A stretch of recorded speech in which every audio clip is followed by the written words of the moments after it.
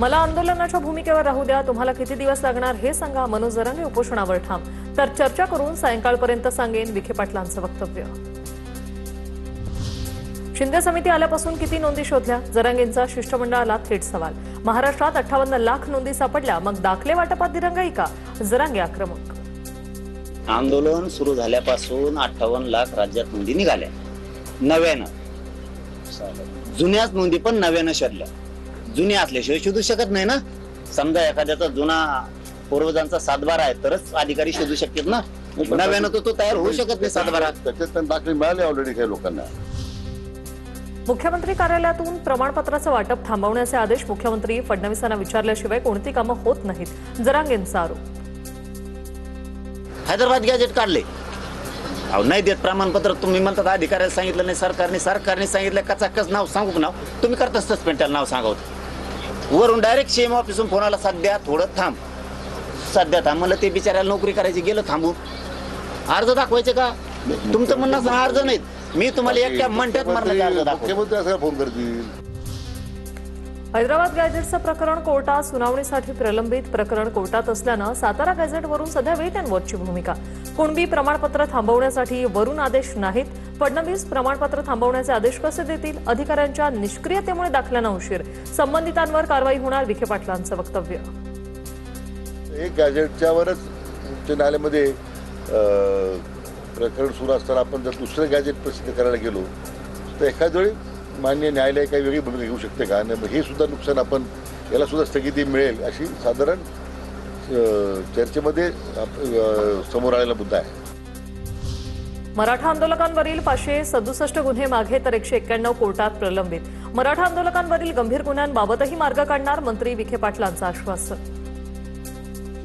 67 गुन्हे या ठिकाणी मागितलेले आहेत आणि आणखीन कोर्टामध्ये 191 साधारण गुन्हे प्रलंबित आहेत.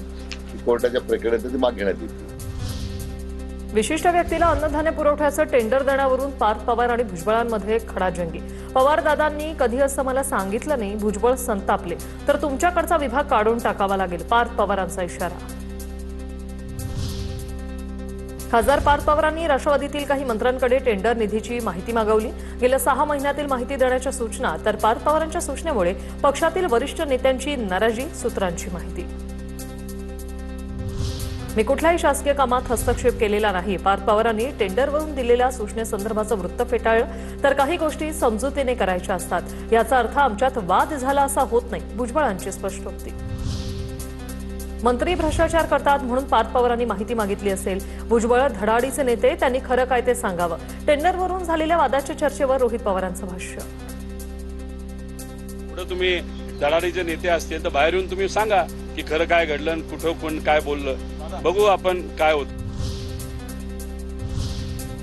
आता पाहूया विधानसभेच्या रणधुमाळी संदर्भातल्या टॉप 9 बातम्या. चर्चा सुरू आहेच. पुढील 24 तासात विधान परिषदेचं राजकीय चित्र स्पष्ट होऊ शकतं. उदय सामंतांचं वक्तव्य. तर विधान परिषदेच्या सर्व जागा महायुती म्हणूनच लढू, अशी ही दिली माहिती. 17च्या 17 जागा आम्ही महायुतीनंच लढणार आहोत. सगळ्यांनीच आमच्या सकट सगळ्यांनी थोडे आता 24 तास धीर धरू. पण आम्हाला कोणालाच माहिती नाही, संध्याकाळपर्यंत चित्र स्पष्ट होईल की उद्यापर्यंत स्पष्ट होईल. महायुतीचं विधान परिषदेचं जागावाटप जवळपास निश्चित, सूत्रांची माहिती. तर भाजपच्या वाट्याला 10 जागा, सूत्रांची माहिती. धाराशिव, बीड, लातूर विधान परिषदेसाठी राजकीय हालचालींना वेग. भाजपकडून 4 जणांची नावं दिल्ली दरबारी पाठवल्याची, सूत्रांची माहिती.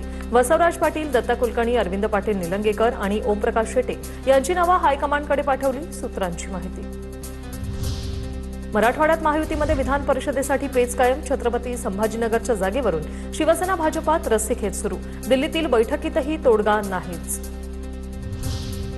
17 पैकी 15 जागांवर मवियाचे उमेदवारांबाबत एकमत. राष्ट्रवादी पुणे, सातारा, सांगली, ठाण्यात लढणार.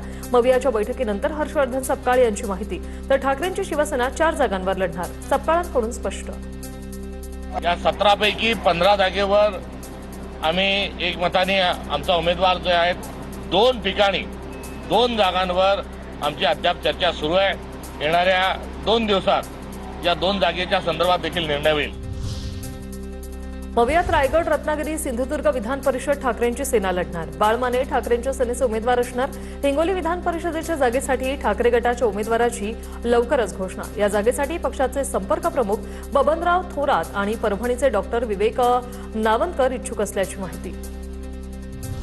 महायुतीत कोकणच्या जागेबाबत अजून स्पष्टता नसतानाच आता इथून महेंद्र दळवी यांच्या कन्या उद्या उमेदवारी अर्ज भरणार आहेत. या जागेसाठी महायुती, शिवसेना, राष्ट्रवादीत रस्सीखेच, तर सेनेकडून विकास गोगावले आणि राष्ट्रवादीकडून अनिकेत तटकरे यांची नावं चर्चेत. तर पालकमंत्री पदासाठी विधान परिषद जागेची मी तडजोड माझ्या कन्याची उमेदवारी भरण्यासाठी मी आज पाठवले. उद्या त्यांचा फॉर्म ऑपरेट नक्की होईल. त्यानंतर पक्ष जो आदेश देईल, शिंदेसाहेब जो आदेश देईल, तो आदेश आता मी नक्की पाळणार.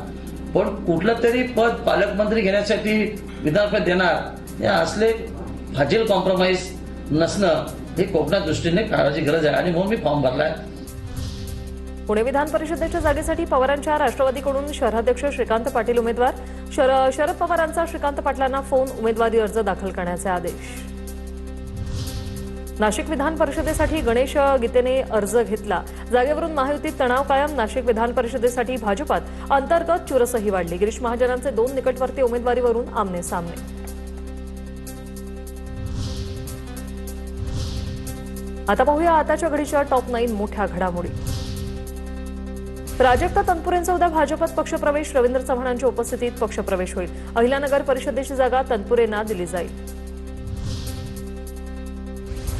राज्यसभेच्या एका जागेसाठी भुजबळांच्या नावाची चर्चा, सूत्रांची माहिती. भुजबळांना राष्ट्रवादी उमेदवारी देणार की नाही यात संभ्रम, सूत्रांची माहिती. भुजबळ राज्यसभेसाठी इच्छुक, पण पुतण्याला मंत्रिपद देण्याची भुजबळांची मागणी. दिल्लीत 10 जूनला एनडीए शासित राज्यांचे मुख्यमंत्री आणि उपमुख्यमंत्र्यांची बैठक. दिल्लीतल्या हॉटेल अशोका या ठिकाणी सकाळी 11 ते दुपारी 1 पर्यंत बैठक. सलग 12 वर्ष निवडून आलेले पंतप्रधान म्हणून मोदींचा सन्मान केला जाईल. राष्ट्रवादीच्या कोर कमिटीची देवगिरीवर बैठक. विधान परिषद जागांसंदर्भात चर्चा झाली. तटकरे यांची माहिती. तर तिन्ही पक्ष कुठल्या जागांवर लढेल हे उद्या दुपारपर्यंत कळेल. तर विधान परिषद महायुती एकत्र लढणार असंही तटकरेंनी केलं स्पष्ट. पुण्यात 48 असा 14 जणांचा संशयास्पद मृत्यू. हडपसरसह फुगेवाडी आणि दापोडी भागातील नागरिकांचा समावेश. विषारी दारूमुळे मृत्यू झाल्याचा आरोप. प्रकरणाचा तपास सीआयडीकडे वर्ग. आरोपी योगेश वानखेडेने दारूमध्ये मिथेनॉल मिसळल्याने 14 जणांचा मृत्यू झाल्याचा संशय. या प्रकरणात आतापर्यंत 8 जण अटकेत. वानखेडेसह 4 आरोपींना 8 जूनपर्यंत पोलीस कोठडी. मुख्यमंत्री फडणवीसांकडून पुण्यातील विषारी दारूमुळे झालेल्या मृत्यू प्रकरणाची दखल. घटनेच्या मुळापर्यंत जाणार. कठोर कारवाई करा, फडणवीसांचं आश्वासन. रोहित पवारांकडून पुणे पोलिसांचा व्हिडिओ शेअर. पोलीस वसुली करत असल्याचा रोहित पवारांचा दावा. ज्यांच्याकडून रक्षणाची अपेक्षा तेच वसुली करतायत. सुसंस्कृत पुण्याचा पूर्णतः बट्ट्याबोळ झाला, रोहित पवारांचा आरोप. मी स्वतः माझ्या सोशल मीडियावर 2 व्हिडिओ आता टाकलेले आहेत, ज्याच्यात पोलीस हप्ता वसुली कसे करतात हे त्याच्यावर तिथं सिद्ध होतं. त्यामुळे कुठेतरी हप्ता हा पोलिसांकडनं या अवैध धंदे करणाऱ्या लोकांकडनं घेतला जात होता. पुण्यात विषारी दारूमुळे अनेकांचा मृत्यू. हडपसरमधील दारूच्या अड्ड्याची रोहित पवारांसह कार्यकर्त्यांकडून तोडफोड. पत्र्याच्या शेडसह आतमधील साहित्याची तोडफोड केली.